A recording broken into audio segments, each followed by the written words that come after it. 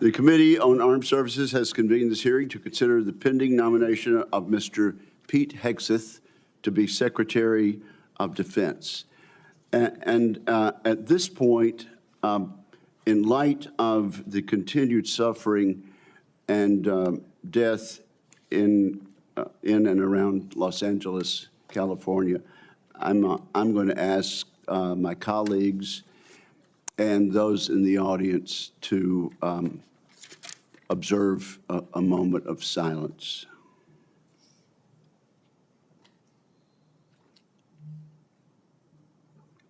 Amen.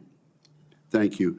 I also want to take this opportunity to thank my good friend, Ranking Member Jack Reed.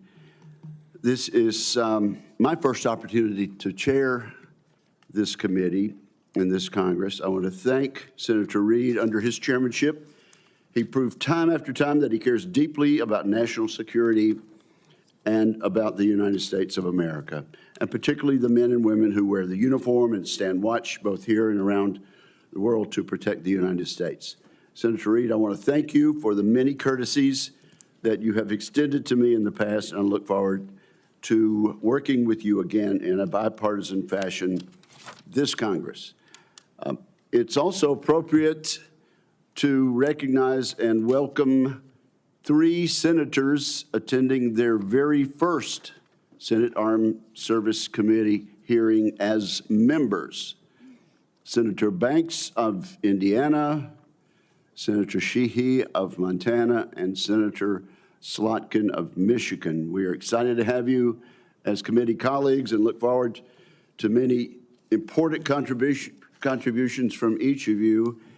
And Senator Slotkin, as I look down at the end of the dais there, it seems that only a week or two ago I was sitting in that very chair being recognized by the chairman of the committee, the distinguished senator from Michigan. So time flies. Now, let me say this. We had a very appropriate expression of approval by the members of the members of the audience as our nominee and his family walked in.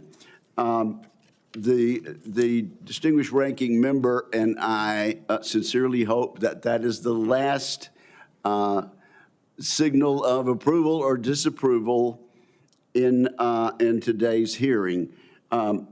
People of the public are here. They're welcome to observe today's hearing, and Senator Reed and I agree, though, that no disruptions will be allowed. Audience members may not verbally or physically distract from the hearing, to include shouting, standing, or raising signage or gestures that block the view of the audience. And we're very serious about this, aren't we, Mr. Reed? And absolutely, sir. Those who do so will be immediately escorted from the room. Again, welcome to the witnesses, to his friends, and to interested members of the public. If confirmed, Mr. Pete Hegseth would assume the role in a moment of consequence. The United States faces the most dangerous security environment since World War II. We're witnessing the explosive growth and reach of China's hard power. We're also observing the emergence of an axis of aggressors. That coalition is characterized by broadening and deepening military cooperation among the dictatorships ruling China, Russia, Iran, and North Korea. Terrorism remains a threat as Israel wages war against Hamas and Hezbollah, and as the Assad regime collapses in Syria. America has entered a window of maximum danger, and the department needs energetic and focused civilian leadership. Those values begin at the top with the Secretary of Defense. Many of my distinguished colleagues have served in a significant tenure on this committee, and our meetings are fairly long. We should reflect over previous secretaries of defense and their hearings and ask ourselves a simple question. Has the civilian leadership of the Pentagon under the administration of both parties proven up to the challenge? Often the answer has been no.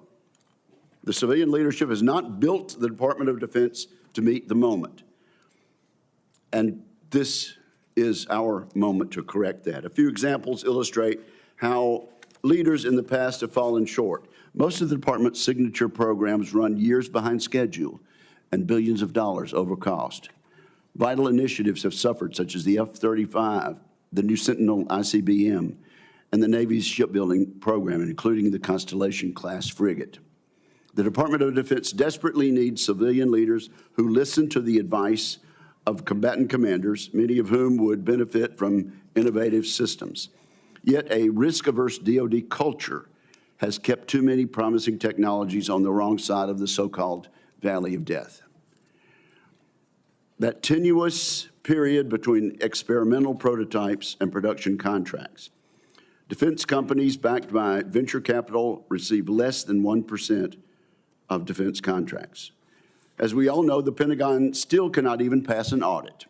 The department must simplify and streamline its bureaucracy so it can respond to innovation. Staffs have ballooned. Organizations are top-heavy. Civilian leaders have promised time and again to slim down the bureaucracy, and perhaps genuinely hoped to. Every day, men and women in uniform make tremendous contributions to U.S. security. They and the American people deserve a Pentagon that does the same. Today's Department of Defense is no longer prepared for great power competition.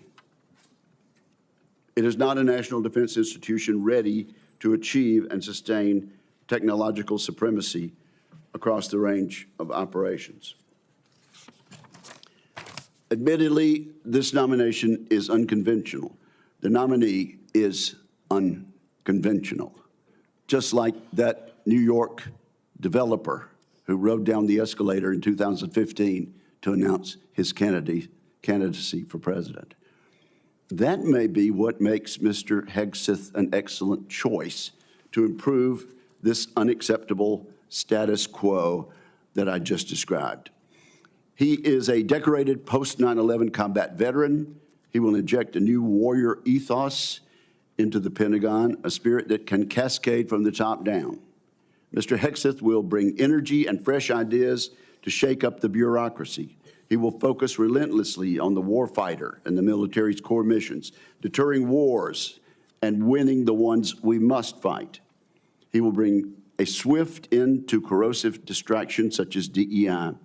Today, many simply acknowledge and live with the systemic problems I have mentioned earlier in acquisition, accountability, technology transition, and organizational civil service reform.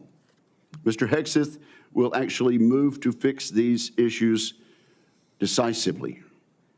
In short, I'm confident that Mr. Hegseth, supported by a team of experienced top officials, will get the job done. The Secretary of Defense is an incredibly important position, but the Secretary's span of control is limited. The Pentagon is vast, with 3 million plus personnel, uniformed civilian and contractor. A successful secretary understands that steering the ship means focusing his attention on strategic level priorities. The secretary must be supported with exceptional subordinates who will run the day-to-day affairs of the Office of the Secretary of Defense, the military services, and the other DoD components. I'm also confident that as an infantryman, Mr. Hegseth understands the military principle of commander's intent. Communicate the clear objective, empower subordinates to use initiative and judgment, and hold everybody accountable. We must not underestimate the importance of having a top-shelf communicator as Secretary of Defense. Other than the President, no official plays a larger role in telling the men and women in uniform, the Congress, and the public about the threats we face and the need for a peace through strength defense policy. I have no doubt Mr. Hegseth will excel in a skill in which many of his predecessors have fallen short. Much has been made of both Mr. Hegseth's personal life and some of his policy pronouncements. Regarding his personal conduct, Mr. Hegseth has admitted to falling short, as we all do from time to time. It is noteworthy that the vast majority of the accusations leveled at Mr. Hegseth have come from anonymous sources. Contrast these anonymous accusations with the many public letters of support and commendation. We have seen letters from people who served with Mr. Hegseth. These individuals have worked with him professionally. They really know him and his character. These patriotic Americans have been willing to put their names and reputations on the line to support Mr. Hegseth. I look forward to sharing these testimonials with the American people. Let me mention one right now. It comes from David Bellavia, who earned the Medal of Honor for heroic actions in combat in Fallujah, Iraq.